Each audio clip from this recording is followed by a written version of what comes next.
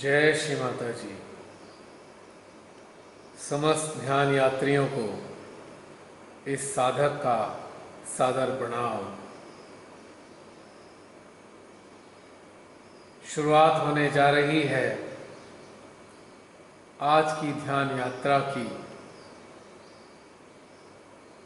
सभी साधक साधिका अपने यंत्र को सुव्यवस्थित कर लें, तैयार कर लें। अपने समस्त ध्यान के सहयोगियों को आमंत्रित कर लें, यानी चित्त, चेतना, मन व जागृति को अपनी अंतर चेतना में आमंत्रित करें और फिर उनसे आग्रह करें कि हम सभी अपने मध्य हृदय में स्थित श्री हृदयेश्वरी के श्री चरणों में बैठने जा रहे हैं।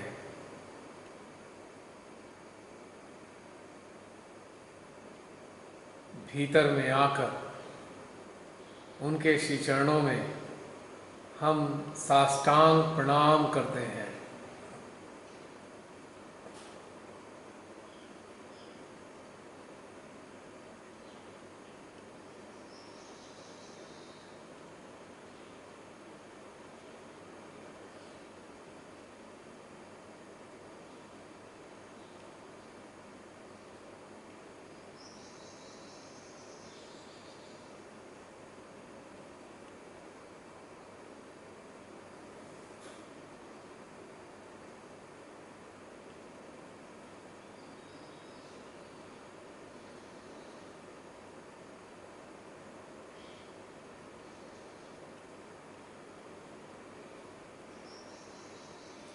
श्री माँ के प्रेम को व उनके वात्सल्य को हम अपने सहस्त्रार, अपने मध्य हृदय, अपने संपूर्ण यंत्र में, इस यंत्र के रोम रोम में अनुभव कर रहे हैं।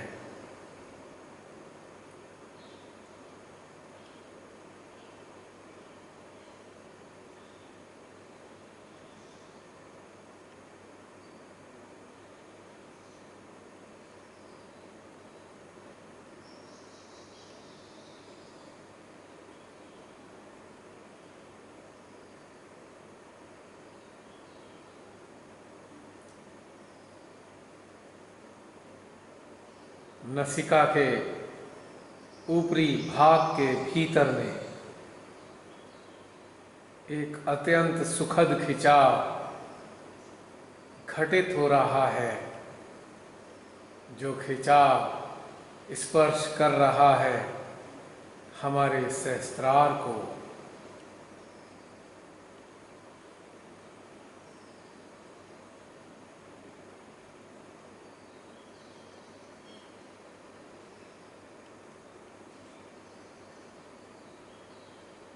और सहस्त्रार भी अत्यंत तीव्रता के साथ आकाश की ओर खिंचता ही जा रहा है।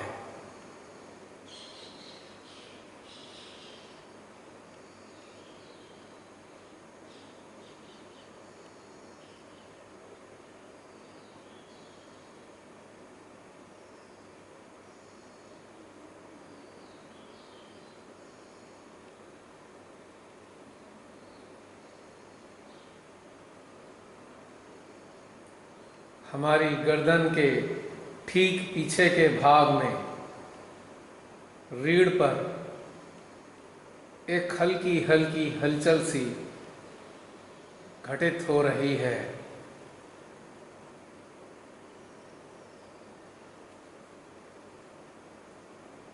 मानो कोई जीव धीमे धीमे हमारी त्वचा के नीचे सक्रिय हो रहा हो।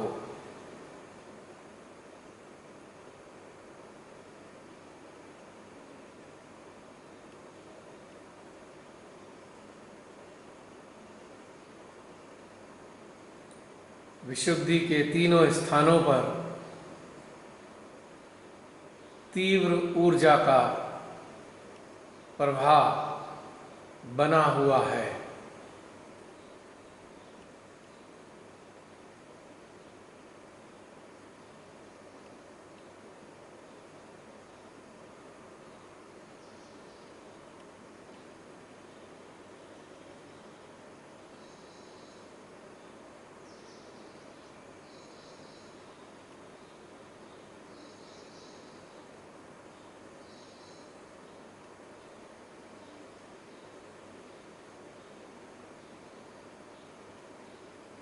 मध्य हृदय में मध्यम मध्यम कंपन देती हुई ऊर्जा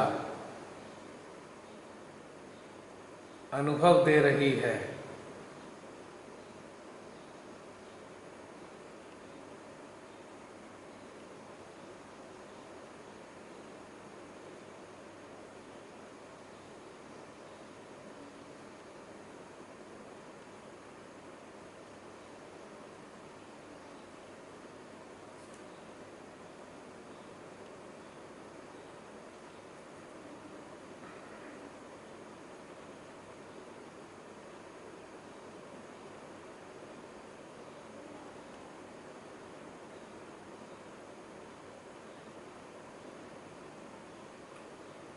बाएं विशुद्धि से एक ऊर्जा की धारा बाएं हृदय पर स्पर्श कर रही है।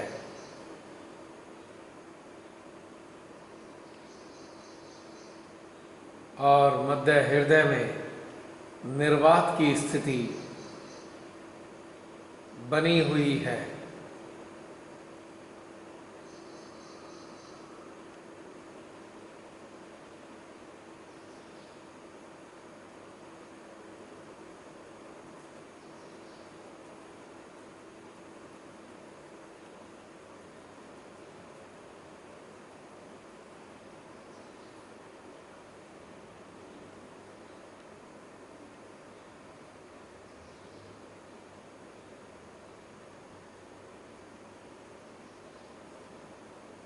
हमारे दाहिने कान से गरम गरम ऊर्जा प्रस्फुटित हो रही है।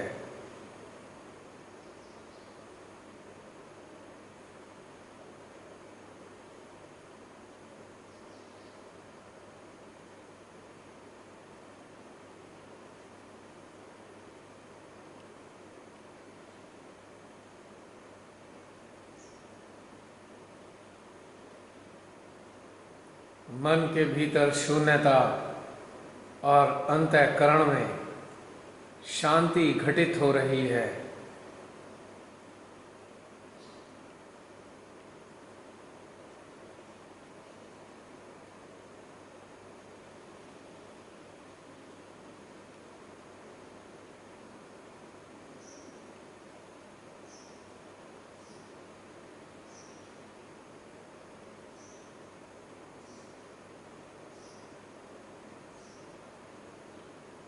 हमारे समूचे सूक्ष्म यंत्र में अत्यंत धीमी गति से दिव्य ऊर्जा का प्रभाव बना हुआ है।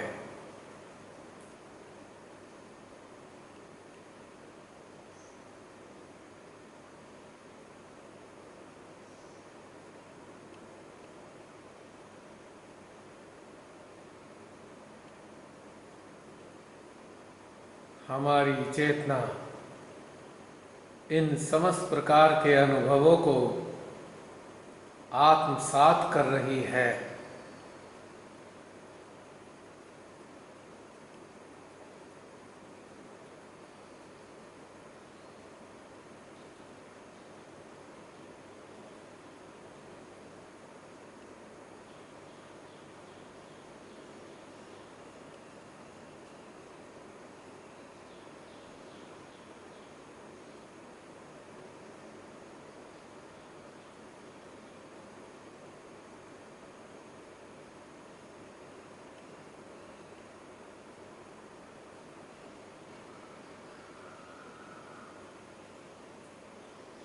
माँ आदि शक्ति के साथ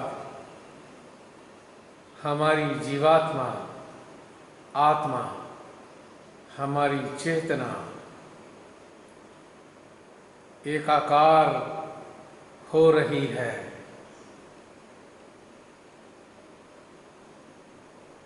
डेढ़ दो मिनट तक इस दिव्य एकाकारिता का हम आनंद उठाएंगे।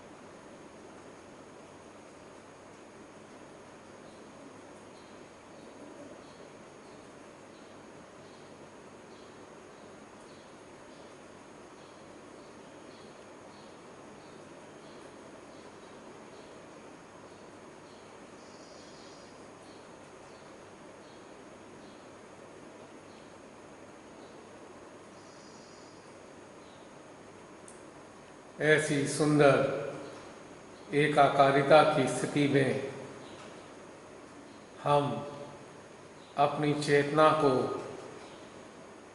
धीमे धीमे अंतरिक्ष की ओर लेकर चलेंगे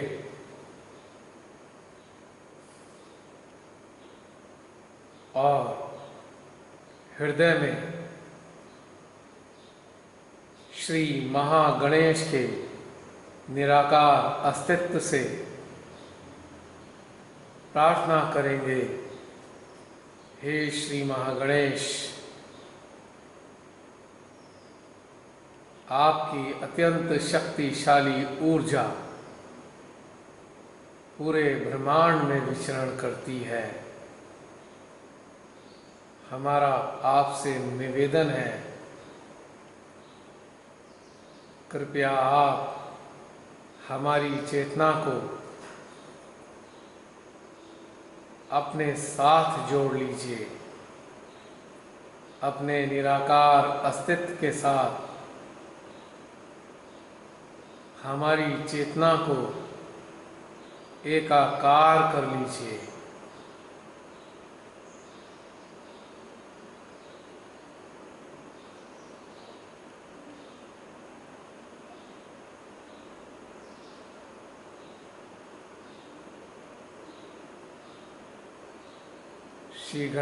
श्री महागणेश की निराकार अस्तित्व को हम अपनी चेतना के माध्यम से अंतरिक्ष में अनुभव करेंगे।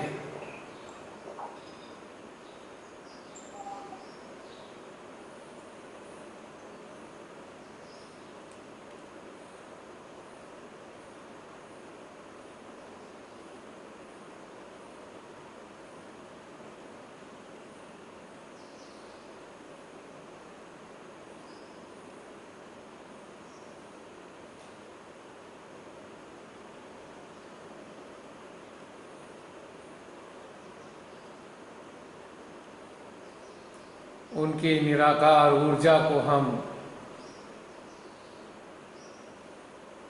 अपने मध्य हृदय में अपनी चेतना की सहायता से प्रवाहित करेंगे।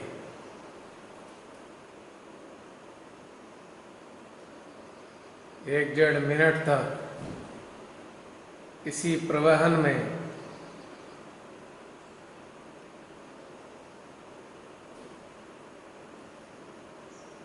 अपने अस्तित्व को बनाए रखेंगे।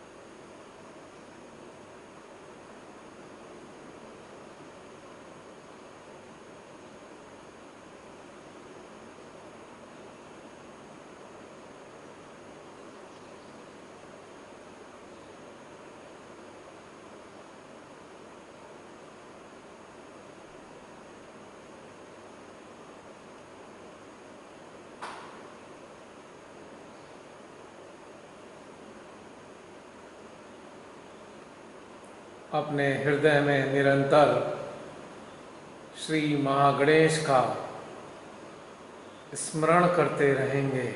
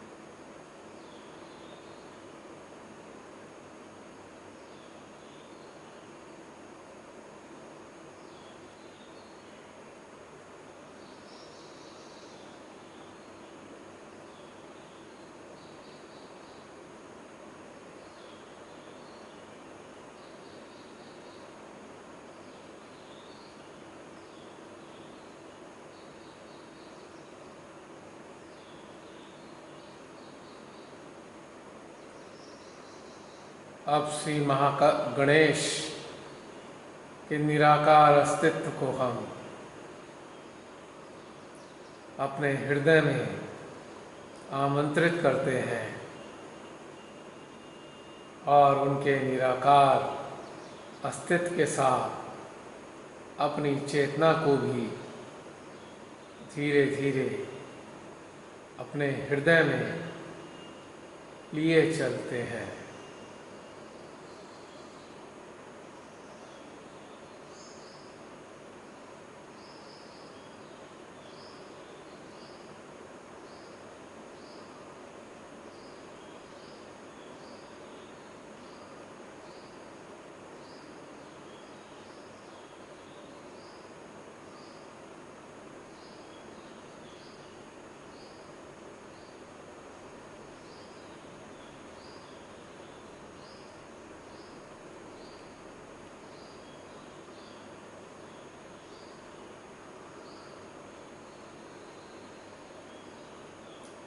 अपने हृदय में अब हम श्री महागणेश के निराकार अस्तित्व के साथ अपने चित्त, मन, जागृति व चेतना को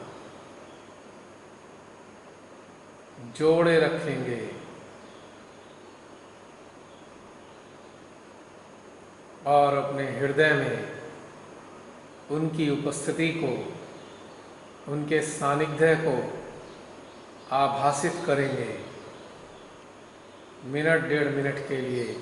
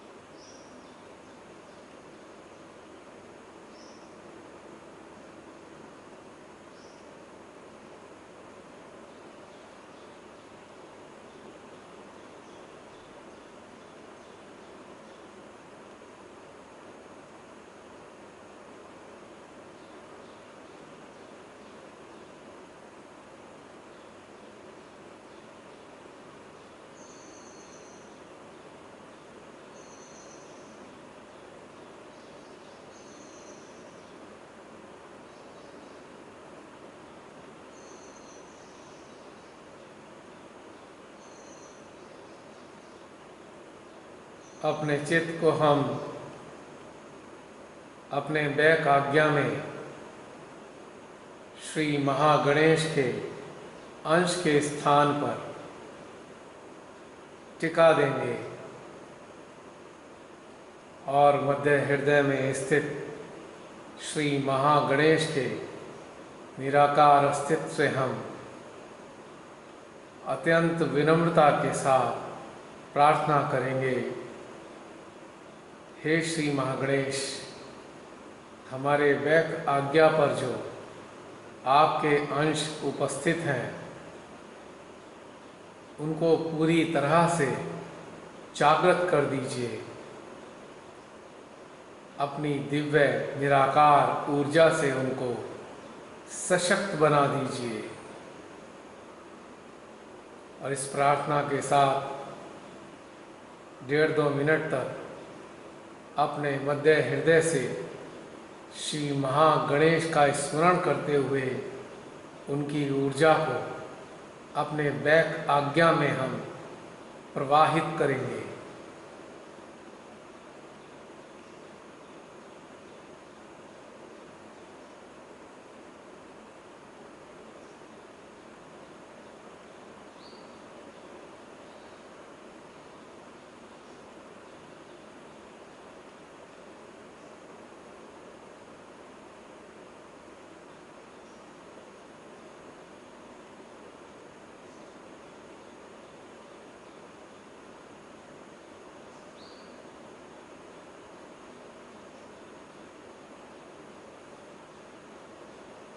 बैक आज्ञा में ऊर्जा की हलचलों को हम अनुभव करेंगे। यदि आप में से किसी के बैक आज्ञा में कुछ जलन, चुभन अथवा गर्माहट की अनुभूति हो तो चिंता ना करें। श्री महागणेश की निराकार ऊर्जा इस स्थान को पोषित कर रही है, स्वच्छ कर रही है।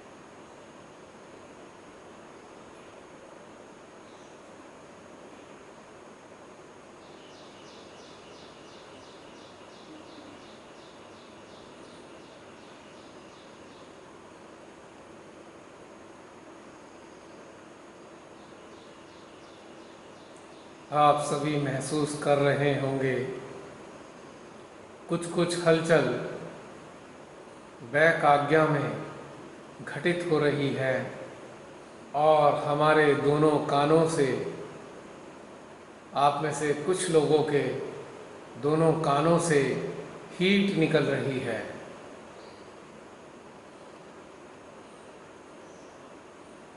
इसको निकलने दीजिए।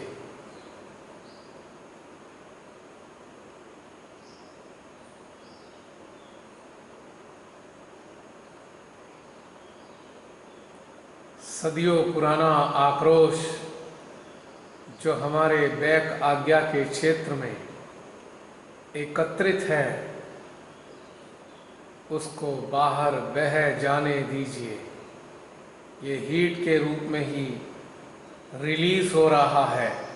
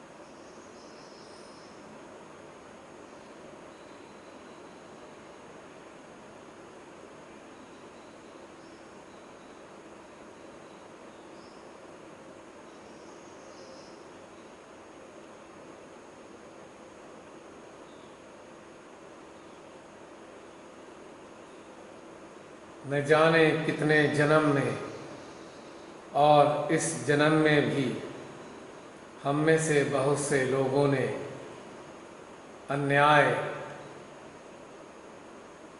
अपने जीवन में सहा होगा। बहुत सी गलत बातों के लिए कुछ भी नहीं कहा होगा। अनेकों लोगों के दुर्व्यवहार के कारण हमारे हृदय उबले होंगे, किंतु फिर भी हमने किसी न किसी कारणवश ऐसे लोगों से कुछ भी नहीं कहा होगा, यहाँ तक कि अपना मुख भी नहीं खोला होगा। किंतु ऐसा करने से भले ही हम शांत रहे बाहर से, किंतु भीतर ही भीतर हमारे हृदय में क्रोध का, नाराजगी का और आक्रोश का दावानल सुलगता रहा होगा। और इस दावानल को भी हमने किन्हीं परिस्थितियों के कारण, अपने हालातों के कारण दबा कर रखा होगा, जिसके परिणाम स्वरूप यह सारा का सारा क्रोध, यह सारी की सारी प्रतिक्रियाएं, यह सारा का सारा आक्रोश दबकर हमारे बैक आज्ञा में इकट्ठा हो गया। और इस इकट्ठा हुए आक्रोश के कारण ही अक्सर हम कभी कभी पुरानी बातें सोचकर अत्यंत क्रोधित हो जाते हैं। हमारा हृदय सोच सोचकर ही खौलने लगता है। हमको भीतर ही भीतर आत्मग्लानि का अनुभव होने लगता है कि क्यों हमने इतना अन्याय सहा, किस कारण से हमने ये सब कुछ सहा, क्यों नहीं हमने अपनी स्वतंत्रता को बनाए रखा, क्यों अन्य लोगों के चक्कर में आकर अपने भीतर की बातों को दबाए रखा। और यह सोच सोचकर अक्सर हम अपसेट हो जाते हैं और फिर यह विचारने लगते हैं, यह कल्पना करने लगते हैं कि हमने उन लोगों से अपनी बातों का बदला ले लिया है। हम कल्पना करने लगते हैं कि हम उन लोगों को जोर जोर से चिल्ला चिल्ला कर खूब सुना रहे हैं, उनको धिक्कार रहे हैं, उनको धमका रहे हैं, किंतु यह सारा क्रियाकलाप हमारे मन ही मन में चल रहा है, जिसके कारण और भी ज़्यादा आवेग हमारे भीतर उत्पन्न हो रहा है और इस प्रकार से और भी आक्रोश हमारे भीतर उत्पन्न हो रहा है।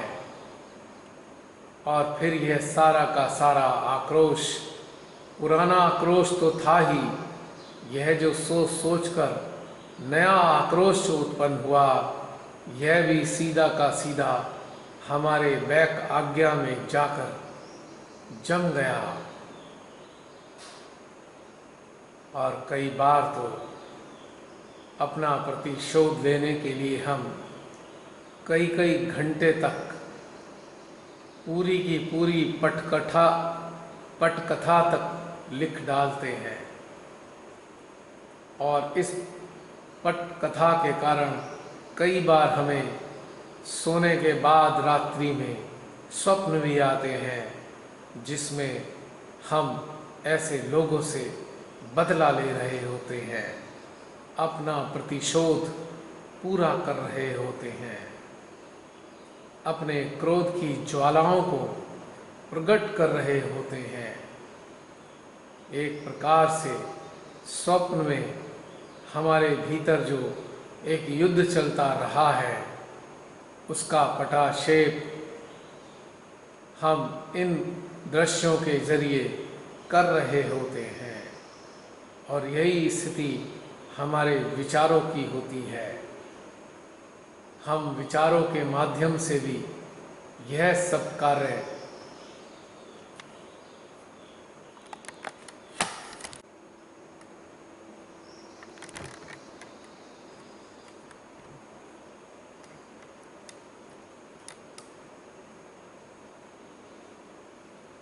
हम विचारों के माध्यम से भी यह सब कार्य कर रहे होते हैं, जिनको करने के बाद हमारे हृदय में अत्यंत शांति का अनुभव होता है। ऐसा लगता है कि हमने अपने अपमान का, अपनी घुटन का प्रतिकार पूरा कर लिया, किंतु यह क्षणिक होता है। इस प्रकार की शांति कुछ ही देर तक हमारे भीतर रहती है और उसके बाद पुनः वही विचार उन घटनाओं के हमारे भीतर चलने प्रारंभ हो जाते हैं और हम फिर अपने भीतर में आक्रोश को अनुभव करते हैं। इस आक्रोश का प्रभाव हमारे न्यूरोटिक सिस्टम पे भी बहुत ज़्यादा होता है। जब हम भीतर ही भीतर आक्रोश से घिरे रहते हैं तो हमारी जो नसें हैं वो एकदम हार्ड हो जाती हैं, तनी रहती हैं, जिसके परिणाम स्वरूप हमें अक्सर गर्दन में दर्द की शिकायत, गर्दन के साथ साथ कहीं कहीं सर में दर्द की शिकायत निरंतर बनी रहती है और इसका बुरा प्रभाव हमारे व्यवहार पर भी पड़ता है।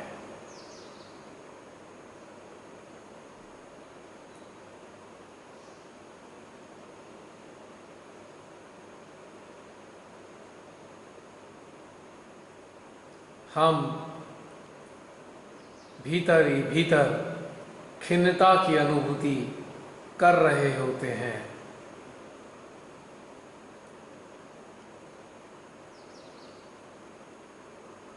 और इस खिन्नता के कारण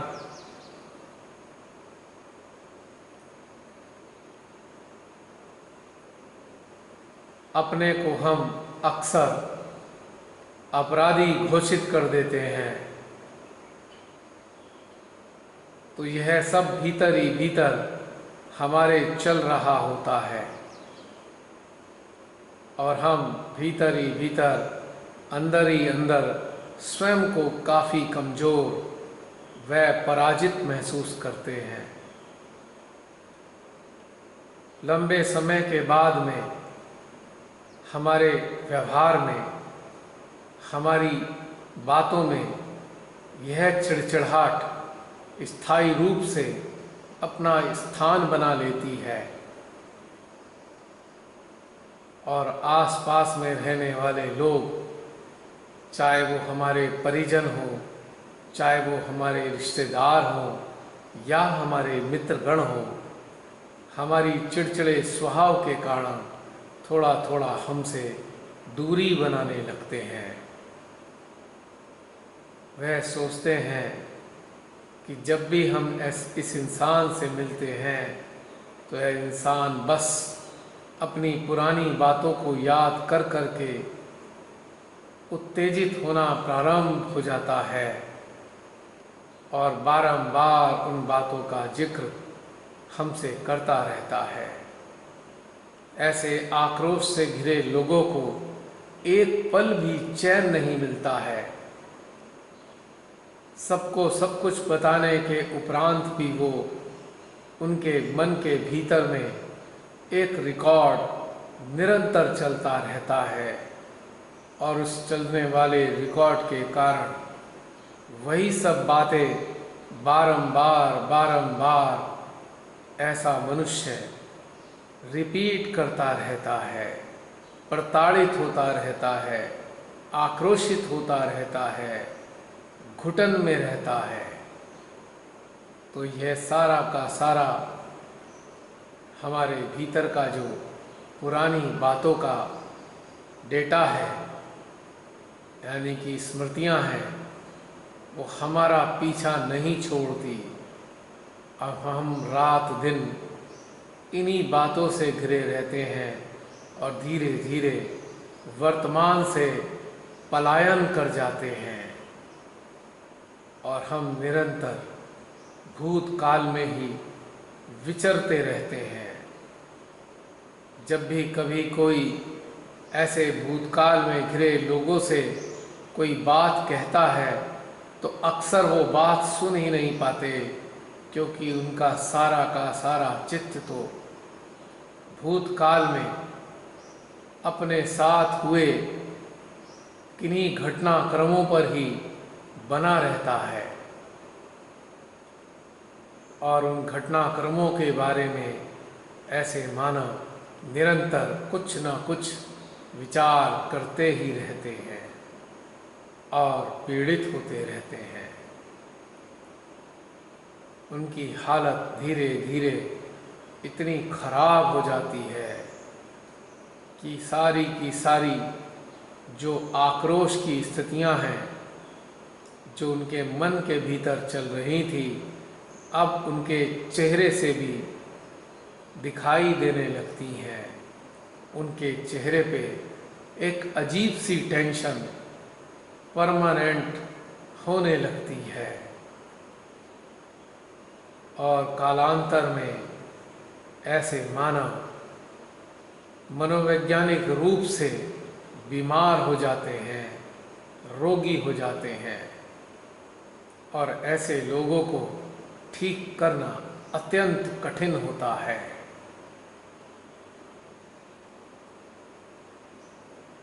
लेकिन जब परमेश्वरी की अनुकंपा होती है और वे किसी न किसी माध्यम से अपने श्री चरणों में हमें लाती हैं और हमारी कुंडली को उठा देती हैं और हमारे हृदय में ध्यान में जुड़ने की प्रेरणा भर देती हैं, तो ऐसी अवस्था में ध्यान के अभ्यास के माध्यम से हमारे भीतर में सत्य का आगाज होने लगता है और हमारी समस्त प्रकार की पूर्व मान्यताएं तिरोहित होने लगती हैं। जैसे कि सूर्य का उदय काल में जब सूर्य की किरण फूटनी प्रारंभ हो जाती है तो अंधकार चाहे कितना भी घना रहा हो, धीरे धीरे वह प्रकाश में परिवर्तित होने लगता है। यही स्थिति ऐसे मानवों की होती है जो निरंतर आक्रोश में घिरे रहे होते हैं। भीतर में ज्ञान का उजियारा होने लगता है और हम जानने लगते हैं कि यह जो बिना बात का आक्रोश हम लिए फिर रहे हैं जमाने भर से, यह एकदम निर्थक है, मिथ्या है और शनै शनै हमारे भीतर का आक्रोश प्रेम, वात्सल्य, करुणा, दया और सम्मान में परिवर्तित होने लगता है। श्री माँ की कृपा से एक दिन ऐसा आता है कि हम पूरी तरह से आक्रोश विहीन हो जाते हैं और हमारे भीतर की प्रतिक्रियाएं भी जो पुरानी बातों को सोच सोच कर होती रहती थी, वह भी समाप्त होने लगती हैं और हमको ऐसा महसूस होने लगता है जैसे कि कोई बहुत भारी वजन हमारे सर पर रखा हुआ था और वो उतर गया हो। जब वो आक्रोश मुक्त हो जाते हैं तो उनका हृदय प्रफुल्लित होकर आनंदित रहने लगता है और उनका अंतःकरण एकदम शांत हो जाता है। और उसके बाद धीरे धीरे जो बैक आज्ञा के खराब होने के कारण जो समस्याएं शारीरिक स्तर पर उनको उत्पन्न हुई थी, वह भी धीरे धीरे ठीक होने लगती है, क्योंकि जब उन समस्याओं का कारण ही समाप्त हो गया तो भला वो समस्याएं, वो पीड़ाएं कितने दिन तक शेष रहने वाली है। तो इस प्रकार से मानव के भीतर एक नए मानव का उदय होता है और यह मानव शांत होता है। यदि ऐसे मानव अपनी पुरानी बातों को याद करें तो उनको बड़ा आश्चर्य होगा। वे अक्सर सोचने लगेंगे कि अरे, क्या ये हम ही हैं? क्या यह सब हम ही करते रहे हैं? क्या ऐसा हम ही बोलते रहे हैं? उनको समझ ही नहीं आता कि हम इस प्रकार से कैसे प्रतिक्रिया दे सकते हैं, क्योंकि उस काल में हमारी चेतना में प्रकाश नहीं था,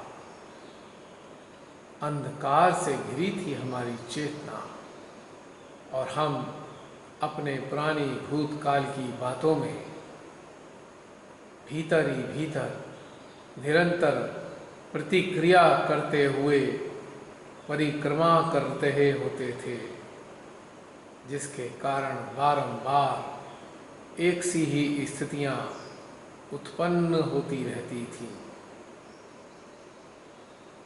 और यदि हम किसी के द्वारा किए गए अपराधों के लिए क्षमा नहीं कर पाते हैं तो हमारे भीतर का आक्रोश जो वैक आज्ञा में एकत्रित हुआ है, वह कभी भी समाप्त नहीं हो पाता है। समाप्त होने की प्रक्रिया तभी चालू होगी जब हम सच्चे हृदय से ऐसे मानवों को क्षमा कर चुके होंगे। अब जाकर हम क्वालिफाई होंगे कि हमारा बैक आज्ञा स्वच्छ हो जाए। यदि वैक आज्ञा को दुरुस्त रखना है तो अपने जीवन में हमें क्षमा को अपनाना होगा और क्षमा का ही भाव सभी के लिए अपने हृदय में रखना होगा। भले ही हम उन लोगों से बात ना करें, यदि किसी ने सताया है तो बात करना उचित भी नहीं है, दूरी बनाना ही सर्वोत्तम है।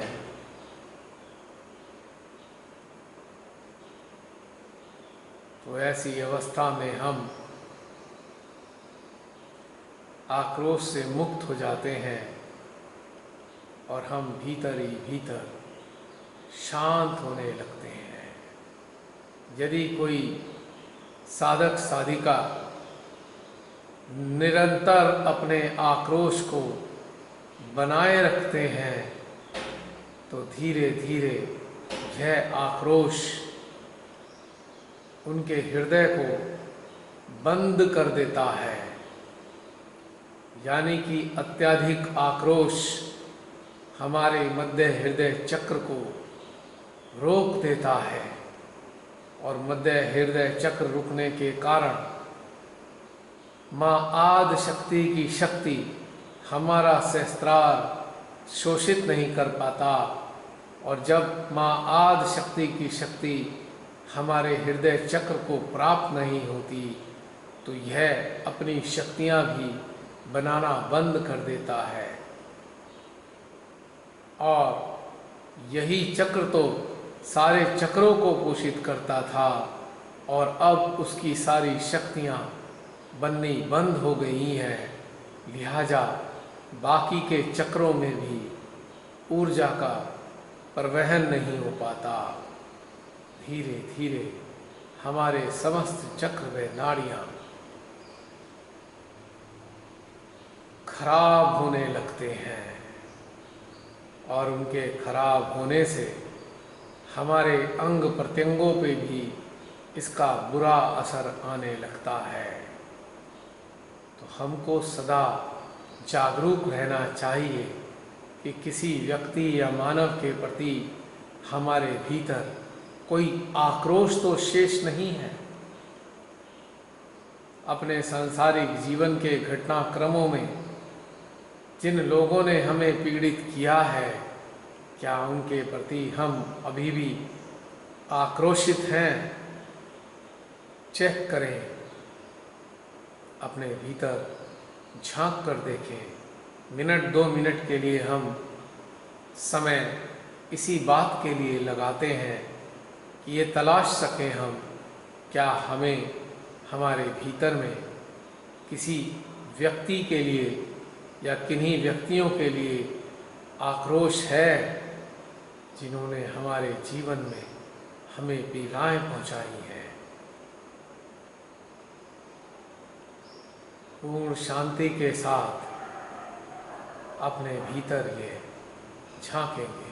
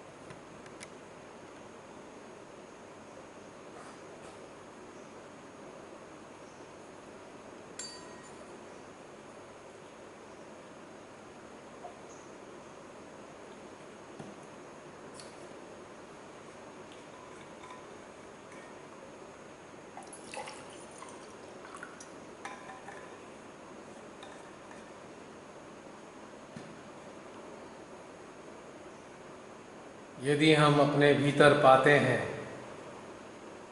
ऐसे व्यक्तियों को कि उनकी स्मृति हमारे भीतर अभी भी शेष है और अभी भी हमारे भीतर इन लोगों के प्रति कुछ आक्रोश बचा हुआ है, तो अपने मध्य हृदय से अपने वैकाज्ञा को हम पोषित करेंगे।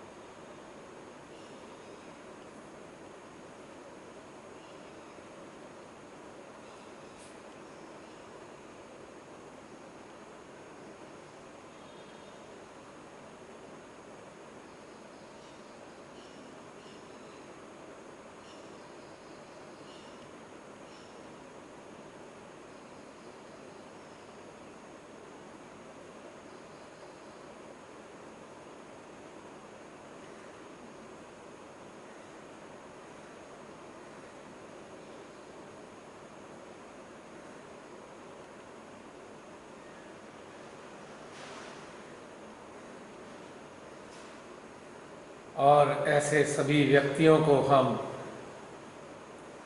अपने लेफ्ट आज्ञा से निकालकर श्री माँ के श्री चरणों में अर्पित कर देंगे और अपने आक्रोश से सदा के लिए मुक्त हो जाएंगे।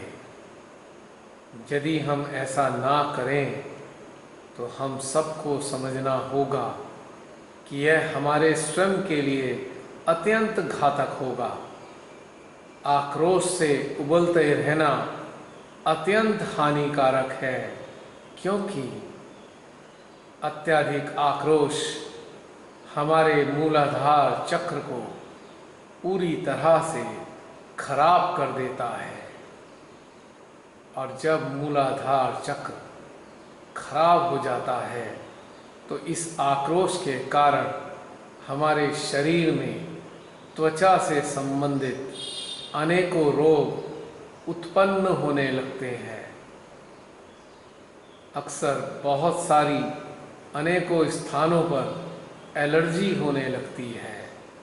कभी कभी अनेकों प्रकार के दाने हमारे शरीर पर परिलक्षित होने लगते हैं और वे अत्यंत कष्टकारी होते हैं।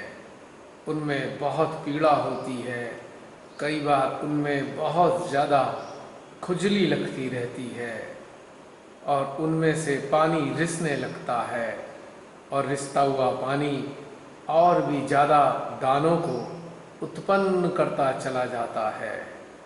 धीरे धीरे करके हमारा पूरा का पूरा शरीर फल जाता है। तो हमको अत्यधिक आक्रोश से बच के रहना चाहिए, क्योंकि आक्रोश यदि हमारे अंदर सांसारिक स्तर पर कुछ लोगों के लिए है तो यह आक्रोश जानते हैं क्या प्रकट कर रहा है। इतना आक्रोश यह साबित कर रहा होता है कि हम परमपिता परमेश्वर में विश्वास नहीं करते हैं।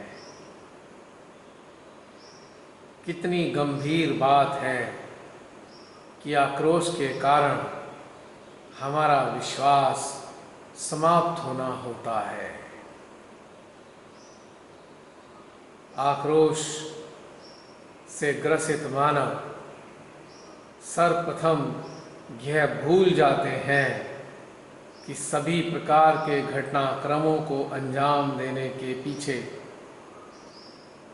परम पिता के द्वारा लिखी गई कहानियाँ होती हैं हम सबके जीवनों के रूप में,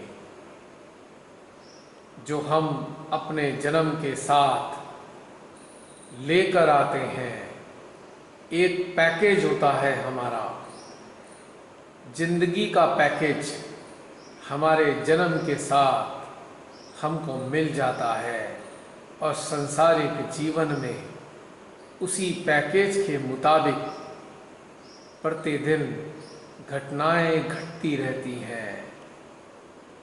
जैसे कि हम किसी पैकेज टूर पर जब जाते हैं तो उनकी आइटिनरी में सब कुछ पहले से ही सुनिश्चित होता है, कहाँ हम ठहरेंगे, कौन कौन सी जगह हम घूमेंगे, क्या क्या हम खाएंगे, सब कुछ पूर्व निर्धारित होता है।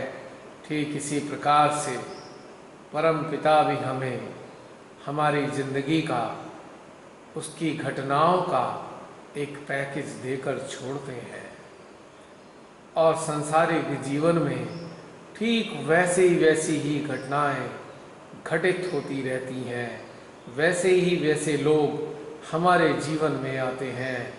कुछ लोग हमें अत्यंत सताते हैं और कुछ लोग हमारा सहयोग करते हैं और कुछ लोग हमसे अत्यंत प्रेम करते हैं और कुछ लोग हमारे शत्रु होते हैं, जो हमारे अत्यंत नज़दीक रिश्तों के रूप में हमारे चारों तरफ रहते हैं और रात दिन अपनी शत्रुता हमसे किसी ना किसी रूप में निकालते रहते हैं। जब यह सारा का सारा कार्यक्रम और घटनाक्रम परम पिता परमेश्वर के द्वारा लिखा गया है, तो आक्रोश करना एकदम व्यर्थ है। हम ये स्वीकार कर लेते हैं कि आत्म जागृति से पहले हम आक्रोशित रहते थे, स्वाभाविक है, हमको इसका भान ना था। किंतु जागृति के उपरांत परम पिता परमेश्वर से जब हम एकाकार हो गए हैं, तो हमको यह बात समझ में आ जानी चाहिए कि यह हमारा जीवन तो एक पटकथा है जिनको स्वयं परमात्मा ने लिखा है। उन्होंने ही हमारे जीवन में शामिल होने वाले पात्र चुने हैं और उन पात्रों का रोल चुना है। तो हम किससे और क्यों कर आक्रोश रखते हैं? इसीलिए आक्रोश रखना परमात्मा के प्रति अविश्वास करना ही है।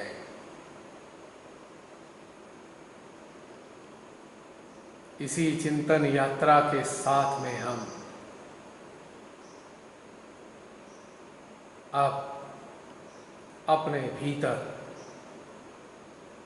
जो आक्रोश शेष है, उस आक्रोश को भी निकाल कर परमेश्वरी के श्री चरणों में रख देंगे और विनम्रता के साथ उनको हृदय में महसूस करते हुए हाथ जोड़कर उनसे क्षमा मांगते हुए प्रार्थना करेंगे, हे श्री माँ, जाने अनजाने में हमने किन्हीं लोगों के प्रति अत्यंत आक्रोश रखा है। हमारी इस अज्ञानता के लिए माँ हमको क्षमा कीजिए और हमको सामर्थ्य प्रदान कीजिए। यह जो निरर्थक आक्रोश हम सदियों से अपने भीतर लेकर चले आ रहे हैं, इसको समाप्त करने की सामर्थ्य हमें प्रदान कीजिए। हमारा मार्गदर्शन कीजिए, हमारे हृदय में अपनी शक्तियों से युक्त प्रेरणा को भर दीजिए, ताकि हम अपने भीतर के समस्त आक्रोश को समाप्त कर सकें, आपके चरणों में रखकर सदा के लिए इससे मुक्त हो सकें। हे श्री माँ, हम पे कृपा कीजिए, हमें स्वच्छ कर दीजिए, हमारे अंतःकरण में सदा के लिए बस जाइए माँ। जब आप हमारे हृदय में जागृत हो जाएंगी, तो भला कौन सा आक्रोश, कौन सी घुटन, कौन सी उलझन, किसकी चिड़चिड़ाहट, कैसी चिड़चिड़ाहट हमारे भीतर में विद्यमान रह पाएगी। आपका हृदय में होना ही हमको स्वच्छ कर देता है माँ। हमको शक्ति दीजिए, हमको सामर्थ्य दीजिए। हर पल हर घड़ी हम अपने हृदय में आपके दीदार करते रहें, आपको निरंतर आभासित करते रहें। आपके प्रेम के अनुग्रह में हम आनंदित रहें माँ। हमारा समस्त प्रकार का आक्रोश आपके श्री चरणों में अर्पित है माँ। 1-1.5 मिनट तक इसी अर्पण के भाव में हम बने रहेंगे।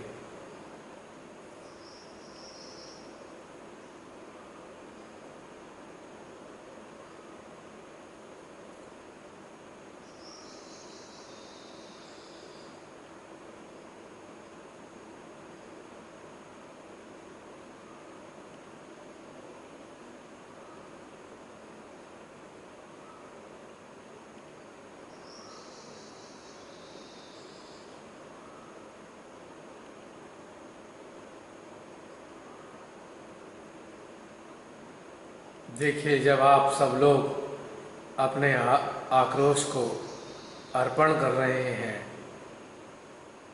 आक्रोश के कारणों को उनके चरणों में अर्पित कर रहे हैं, तो देखिए कितनी तीव्र ऊर्जा आप सभी के सहस्त्रार में उत्पन्न हो रही है और साथ ही मध्य हृदय में भी खिंचाव, वैक्यूम बढ़ता ही जा रहा है।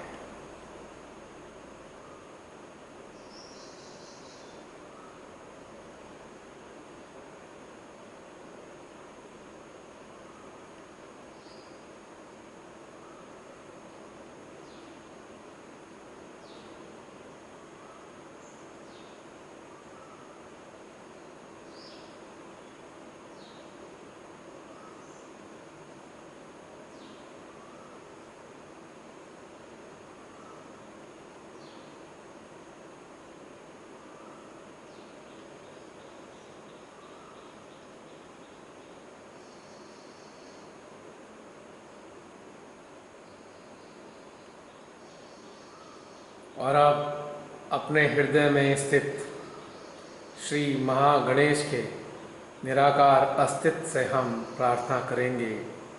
हे श्री महागणेश, हमारे हृदय में निवास कीजिए। श्री माँ के दरबार का अंग प्रत्यंग बनकर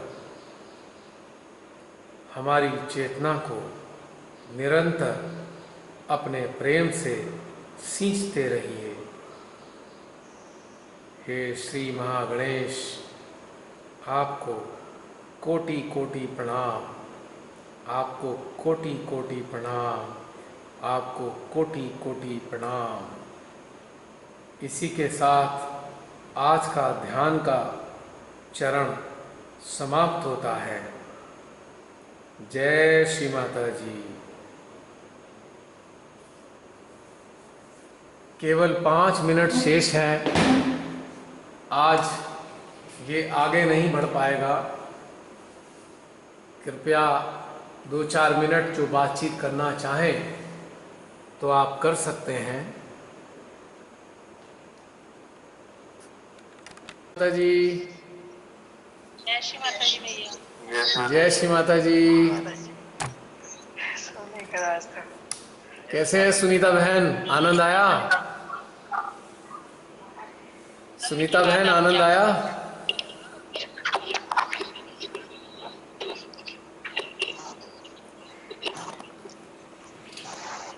जी सुनीता बहन, हल्के हो गए? Light feeling light?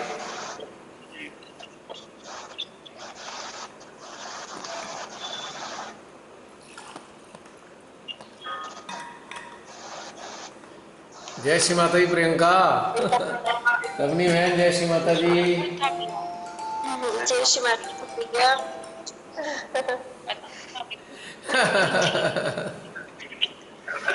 Light hearted. जय श्री माता जी। जय श्री माता जी मंजू बहन। जय श्री माता जी भैया। आपने बताया ना बैक आज्ञा के बारे में, हाँ जी। वो सारी बहुत समय पहले शुरुआत में प्रैक्टिस करी, और आज जो कुछ भी आपने कहा तो वो मैं काम से काम करते हुए सारे सुन रही थी, मतलब काम भी हो रहा था और साथ में ध्यान भी चल रहा था। बढ़िया, बहुत सुंदर। बहुत बढ़िया। श्री माता जी ने सूक्ष्म बातें बताई प्यार आज्ञा के बारे में, इतनी सूक्ष्म बातें बतलाई, बहुत सुंदर भैया। मैं बचपन से हमेशा कहती थी श्री माता जी, मैं बचपन से हमेशा कहती थी माँ को, माता जी मुझे अपनी मतलब जगदम्बा को, माँ मुझे अपनी कृपा देना, मुझे नहीं पता ऐसे मिलेगा। माता जी ने मुझे कृपा दी।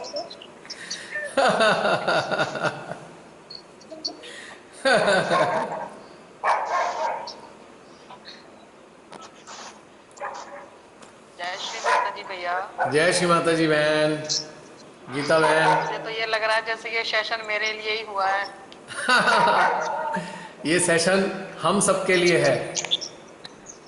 We all are there. हम सब मानव स्तर पे भी जिए हैं ना, तो बड़ी सारी चीजें इकट्ठी हो जाती हैं। जी बताइए बताइए। आज बहुत निकल गया, लगभग निकल ही गया पूरा। निकल गया। आज सबको घर में हलवा बना के खिलाना, विनय को हलवा खिलाना आज, कि आज मैं खाली हो गई हूँ। हाँ भैया। जय श्री माता जी भैया। जय श्री माता जी। बॉडी ना क्या बोले, बिल्कुल एकदम साफ ऐसा लग रहा था कि बिल्कुल ऊपर भाग रहा है, बस ऊपर चला जाएगा, इतना तेज वाइब्रेशन था। अच्छा लग रहा, पूरा बॉडी पूरा हल्का हो गया, इतना अच्छा, सब बोल नहीं सकते हैं, इतने मतलब वर्षों बाद ये फील हो रहा है। बहुत बढ़िया। बहुत ही अच्छा। आप सबके चेहरे खिले खिले दिखाई दे रहे हैं। चेहरे पे एक शांति शांति वाले भाव दिख रहे हैं। क्षमा में कितनी शक्ति होती है। ये बस सब कुछ समर्पित कर जाना। सच में ये तो बहुत अच्छा, पूरा बैक खाली हो चुका है। बहुत बैकाग्या डस्टबिन है। मैं बैकाग्या को कहता हूँ डस्टबिन। इस डस्टबिन में बहुत कुछ भरा रहता है जागृति से पहले। और ये यहाँ पे हमेशा कचरे जाते हैं। जागृति से पहले ये डस्टबिन होता है, और जागृति के बाद जानते हो क्या होता है? ये प्यूरीफायर होता है, शोधीकरण का यंत्र।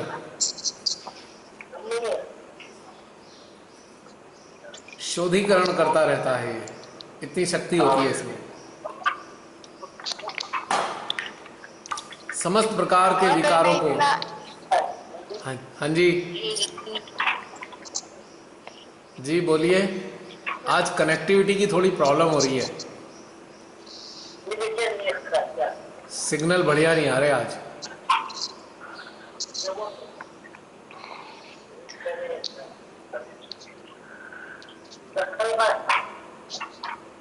आक्रोश रखना इतना हानिकारक होता है, तो हम लोग क्यों आक्रोश रखते हैं? क्योंकि ये हमारे बस में नहीं, जागृति मिलने से पहले हमारे बस में नहीं होता ये, और जागृति पाने के बाद हम ही इस डस्टबिन को खाली कर देते हैं। परमेश्वरी की सहायता से। ये चीज अंकल धीरे धीरे प्रैक्टिस से आती है ना? हाँ, ऑफ कोर्स, धीरे धीरे प्रैक्टिस से आती है ना? बिल्कुल धीरे धीरे। जब कोई घटना होती है, जैसे कुछ भी दुख हमें पहुंचता है, तो सारी बातें रिलेटेड जो पुरानी पास्ट में थी, वो उस घटना से रिलेटेड सब याद आ जाता है। हाँ, वो हमारी सी बैक आज्ञा में स्टोर है ना। एग्जैक्टली। पर धीरे जब धीरे जब हम सीखते हैं समझ में, हम साथ के साथ उसको डिलीट करते हैं, एज अ फोल्डर निकालते रहते हैं, यस यस यस, नया भरने ही नहीं देते। और सबसे आसान तरीका है हृदय से कनेक्ट कर दो बैक आज्ञा को, अपने आप स्वच्छ हो जाएगा। Keep on connecting. प्रैक्टिस है सारी, है ना, डेली बिल्कुल प्योर परचेज प्रैक्टिस, करनी ये पड़ेगी। आदत में शामिल हो जाती है। बिल्कुल प्योर प्रैक्टिस। ये खाली प्रार्थना से बात नहीं बनती इसमें। प्रार्थना से तो शुरुआत हो डेली सकती है, प्रैक्टिस, प्रार्थना से शुरुआत हो सकती है, पर खाली प्रार्थना से सब कुछ नहीं प्रार्थना से होता। शुरुआत होती है और श्री माता जी ही रास्ता दिखाती हैं। यस ऐसे करो, यस ऐसे यस, करो। You are right. इवन अगर हम आपसे नहीं कनेक्टेड है ना, प्योरली उनसे कनेक्टेड है ना, she will give us the way, right way. बिल्कुल ऐसे ध्यान करो। बिल्कुल बिल्कुल, निश्चित रूप से ये बात पक्की है। मुझे खुशी है तनु, आप इन तथ्यों को अच्छे से पकड़ पा रहे हो। I am very happy Tanu. Uncle मैं बहुत देर से इस चीज में हूँ, पर इस लाइन में अभी जूम के थ्रू आपसे जो भी मेडिटेशन सीख रही हूँ, क्योंकि मैं अपना लेवल और अप करना चाहती थी। मुझे कई प्रॉब्लम्स फेस हो रही थी, जो मम्मा से बात करती थी तो कहते थे आप इसमें आओ, पर मेरा वो सही समय नहीं था, कह लो नहीं। माता जी ने डिसाइड किया था कि अभी नहीं आना मैंने कलेक्टिव मेडिटेशन में, पर वो आने से बहुत चीजें सॉल्व हो गई। हाँ, ये बात सत्य है। श्री माता जी व्यवस्था करती हैं, जैसे जैसे हमारी चेतना का स्तर उन्नत होगा वैसे ही वैसे हमें सहायता मिलती है, उसी स्तर की हमें सहायता मिलती है आगे बढ़ने की। यह हमारी चेतना के स्तर पर निर्भर करता है। और माँ ने मेरी लाइफ के साथ वही बंदे जोड़े हैं जो इस रास्ते में चल रहे हैं, बाकी सबकी साइड हो गए हैं वो। और ये सबसे बड़ी खुशकिस्मती है, वही जुड़े। और ये सबसे बड़ी खुशकिस्मती है हम सबकी कि श्री माता जी ने हम सबको जोड़ा है। और अनेकों यंत्रों के माध्यम से जो हमारे जीवन में समय समय पर आते हैं, हमारी चेतना विकसित होती जाती है। तो समय समय पे हमें यंत्र मिलेंगे।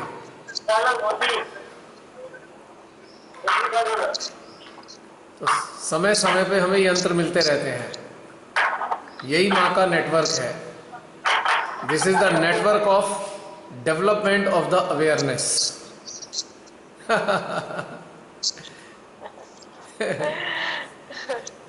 भैया कल के जय श्री माता जी भैया। जय श्री माता जी बहन। भैया कल के ध्यान से इतना आनंद से भरे हुए हैं, अभी तक समझ नहीं आ रहा हमें क्या गिफ्ट दे रहे हैं रोज। अब आनंद से और भरे आज उससे भी ज्यादा। जब इसका एक ही तरीका है, जब हृदय आनंद से भर जाए तो दोनों हाथों से आनंद लुटाइए अपने इर्द गिर्द। लेकिन सुपात्रों के लिए, सुपात्रों के लिए, not for everyone, those who are eligible to receive such a bliss. हर एक के लिए नहीं है, सुपात्रों के लिए है ये। तो ये बात हमें समझनी चाहिए।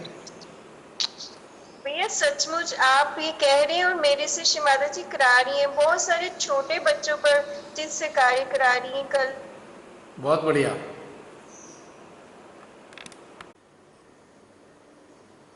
जय श्री माता जी। आज ध्यान की शुरुआत के पश्चात जो है, जैसे अटेंशन को भीतर ही बनाए रखा और जीवात्मा, आत्मा एवं अपनी चेतना पर कनेक्टिविटी स्थापित हुई सहस्रार से और अंतरिक्ष से। तो उसके पश्चात मैंने फील किया कि पूरा का पूरा बॉडी में स्मूथनेस छाता चला गया, पूरा काम एंड कूलनेस, बिल्कुल शांतता स्थापित हुई।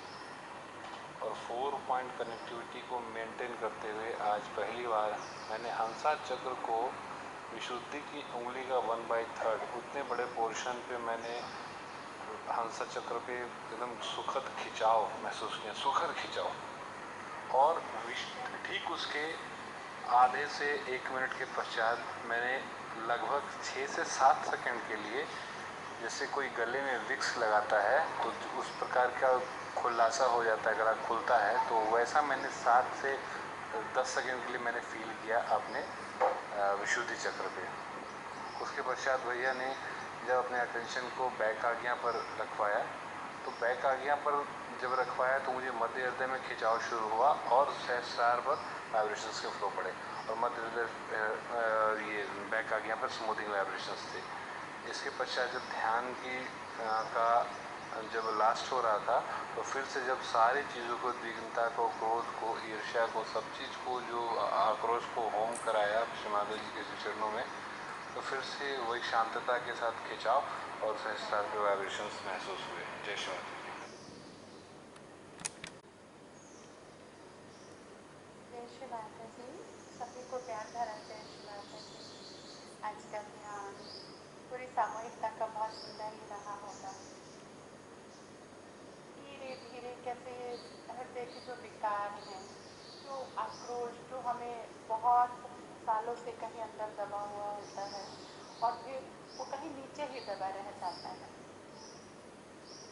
और फिर कभी कभी वो समय देखता है वो बाहर निकल के आता है और उस समय हमारे सिस्टम की स्थिति बेकार हो जाती है, यानी कि हम अच्छा रहना चाहते हैं पर अच्छे रह नहीं पाते, बैलेंस होना चाहते हैं पर हो नहीं पाते, क्योंकि वो हमारा जो आक्रोश है या वो चीज़ें जो हमारे साथ घटित हुई हैं, तो उन चीज़ों की वजह से एकदम से हृदय और दिमाग के अंदर जो है ना प्रेम थोड़ा कम होने लगता है हम लोगों के प्रति। और आज माता जी ने सभी के हृदय से एक जो पत्थर टाइप होता है ना, आक्रोश का जो पत्थर हटाया है, तो सामूहिकता को बहुत ही हृदय से आभार।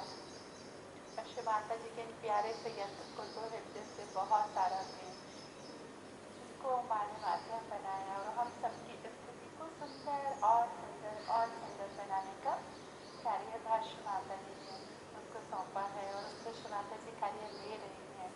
और हमारे चित्त में श्री माता जी वो सब प्रेम भर रही हैं कि जो छोटी छोटी चीज़ें हमें परेशान करती हैं और हमें पता ही नहीं चलता कि हम क्यों परेशान हैं। तो धीरे धीरे इस ध्यान के दौरान, इस वर्कशॉप के दौरान, इस लॉकडाउन में आराम से जहाँ सब बैठे हैं वहाँ खुद का अवलोकन करने का बहुत सुंदर समय है और एक बहुत सुंदर इंट्रोस्पेक्शन हमें करने मिल रहा है। त्रुटियाँ हम सभी में हैं और हमेशा रहेंगी, क्योंकि श्री माता जी ने मनुष्य बनाया है तो सब चीज़ें साथ में ही हैं, पर उन त्रुटियों के साथ, उन गलतियों के साथ उनका समाधान मिलता है श्री माता जी के चरणों में, तो हमारा जीवन और सुखमय और सुगंधमय और सुंदर होते जाएगा। श्री माता जी को हृदय से बहुत सारा प्यार, जो श्री माता जी ने इतनी सुंदर सामूहिकता में बने रहने का हमें आनंद प्रदान किया। बैक आज्ञा पर इतना सुंदर वाइब्रेशन, जैसे साक्षात आप महागणेश जी के दर्शन कर रहे हैं, उनके निराकार रूप को भी स्वीकार कर रहे हैं, उनके साकार रूप में भी आप महसूस कर रहे हैं, अपनी चेतना को भी वहाँ फील कर रहे हैं, अपने चित्त को भी, और आपकी जागृति कैसे उन सब चीज़ों को एक दृष्टा के रूप में देखते जा रहे हैं। तो ये सब अनुभूति भी बहुत सुंदर है। ये श्री माता जी